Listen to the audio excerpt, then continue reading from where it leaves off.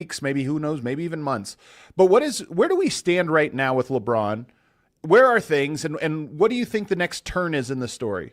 I think the most definitive thing we can go on is Rich Paul publicly saying this is unlikely to go fast. Yeah. And I know when I'm talking to teams, like there is a great deal of curiosity among what you would call the chasing pack. Will there be an opportunity for meetings? Does LeBron James even want meetings, or would he rather that Rich handle all the communication, bring all the info to him, and LeBron makes his choice? So I think teams are wondering how much direct communication will there actually be with LeBron James. Something else to watch for this week that I hear teams openly wondering about. The Las Vegas Summer League begins Thursday. Now, given the amount of attention on LeBron James, does he want to drop into the gym as he has been known to do? It'd be so good. Or would he rather stay away from that? Because let's just, I'm going to do you a favor. I'm going to paint a scenario that you would love. I was actually going to use Pat Riley and Eric Spoelstra for this example, but let's just imagine. Let's make it Denver. On Friday, we're at the Thomas and Mack. Yeah. And Josh Kroenke and David Adelman, maybe even LeBron's good friend Jared Dudley is with them. Why not? And all of a sudden, Rich Paul and LeBron enter the arena together. They see Josh, who they've openly, Rich Paul has talked about it. LeBron has talked about it. They love Josh. Do they go sit with him for a few minutes? I mean, no one will be watching the game at that point. The whole gym would be watching. Now, again, that is, I don't know that that's going to happen. Right. But that's something that I've heard talked about this weekend. Will that take place, or is LeBron, would he rather just stay away from the spotlight and let all this conversation, mount and grow? Because this was an incredible weekend if you are a soccer fan. But I promise you, Monday morning, when ESPN launches into its array of shows, LeBron and LeBron's future will be every other segment. I'm going to go out on a limb and make that prediction. Well, I got to say, man, the Rich Paul segment on his show with Max Kellerman over the weekend with the whiteboard, sometimes these things can annoy me. They can be obnoxious. Unbelievable content. As somebody who makes content for a living, I was so into this idea of like really looking at all of the different teams. But I got to be honest, as much as I'm enjoying this story, I'm so extremely skeptical that this is real, that there really is a decision to be made and we're really weighing the options and teams can interview. Am I right in my skepticism? Is it really as open? No, I think this is a mechanism you've adopted to try to protect yourself. Yeah, in the event that there is a tweet that says the Nuggets are no longer in the running. And I will say this, based on where we are as of, 12:08 Eastern on Monday, the Sixers, the Timberwolves, the Heat, your Nuggets, based on everything I've been told all weekend, they all still believe they're in with the chance. I think the Warriors were portrayed as an early favorite, not the early favorite, an early favorite, because they were the team that we knew was determined to go after LeBron if he parted with the Lakers. We had known that for weeks leading up to LeBron and Rich Paul actually informing the Lakers, yes, we are definitely moving on. We're going elsewhere. And then obviously you got the hometown Cavs. So those are the 6 teams that people are talking about. But look, all of my reporting on this, I am taking my cues from these teams in the chasing pack. When it comes to LeBron, Rich Paul has done a lot of talking. I'm taking on board what he says. I'm not going to try to get in LeBron's head because I can't do that. I can't tell you what LeBron is really thinking, and I suspect really only he and Rich Paul and his family know if there is an absolute favorite. If there, you said, are you skeptical that he already knows how this is going to turn out? Only they can know that.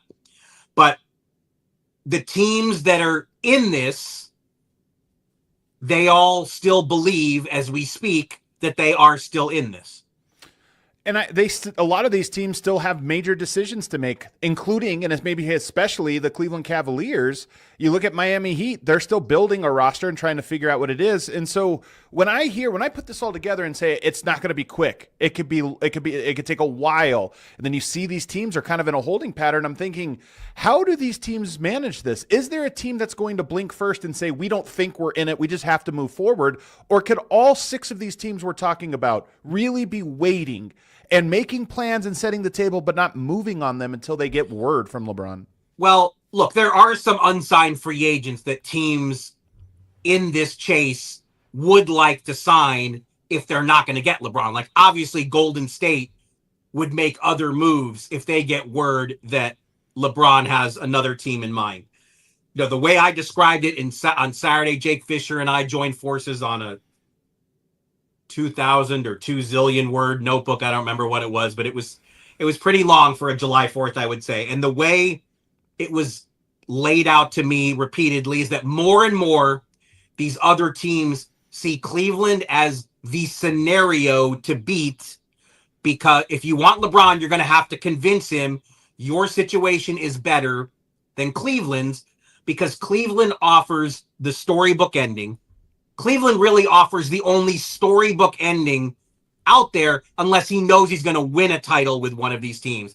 And I don't think anybody in the discussion, including Cleveland, can guarantee that just by adding LeBron James, they're going to win it all next season. So the Cavs do have the storybook ending advantage. And also, they are in the East. And you put LeBron on that team, there's going to be other moves. That roster is not going to look exactly the same way it does now, but you add LeBron James to that group with whatever, Schroeder, Strus, what happens with them, they're gonna be in the get to the finals mix in the East. But as I said, all the other teams, including your Nuggets, the Heat, the Sixers, the Wolves, they are operating under the belief as we speak at, what is it now? 12 Eastern. Just ticking away. That they're still in the game. Now, are they informed at some point in the near future? Like, again, now I'm just guessing process, and I don't want to do that because, really only Rich Paul can answer that one. And to this point, I don't think that's been said. But look, like this week, Summer Leagues have already begun in California. There's the Salt Lake City Summer League is back as well. Yeah. But the whole league will be in Vegas by Thursday. The whole NBA will be there by Thursday. And you do have to wonder, will all of this continue to play out among reports by ESPN and The Athletic and pests like me, or will we get a surprise appearance from King James? I don't know. The appearance would be incredible. I'm predicting it. It just feels like the move right now. It is funny how LeBron is such a big story, even going back to Cleveland, taking photos with old teammates. But let me also say this. Let me also, this is the inverse of 2014. In 2014, LeBron didn't announce he was going back to the Cavs till July 11th, and it really did hold up the whole summer. In this case, 80+% of the consequential business has already happened. Yeah, it's been a lot of moves. Maybe if he goes to the Warriors, you can't, quote, commute from San Francisco to LA. Sure, LeBron, you can. But it's close enough that he could keep his family in LA and make repeated returns to LA during the season. And at least he is somewhat close to the home base that he has been for the last 8 years. Let's not forget his 8 seasons with the Lakers. It's the longest LeBron has been with any one team. But again, this is I imagine playing with Jokic has to be hugely interesting and appealing to him when he thinks about it. But I think you could make the same case about the Warriors with their players and coach. And I think Minnesota as well, to play with Ant. You heard the way Rich Paul talked about Chris Finch and Tim Conley in that podcast on Friday with Max Kellerman. So again, when we get on this topic, I'm just like everyone else who has watched Rich Paul go through the whiteboard options and giving my best read. So good. My best read on how they would intake all the options.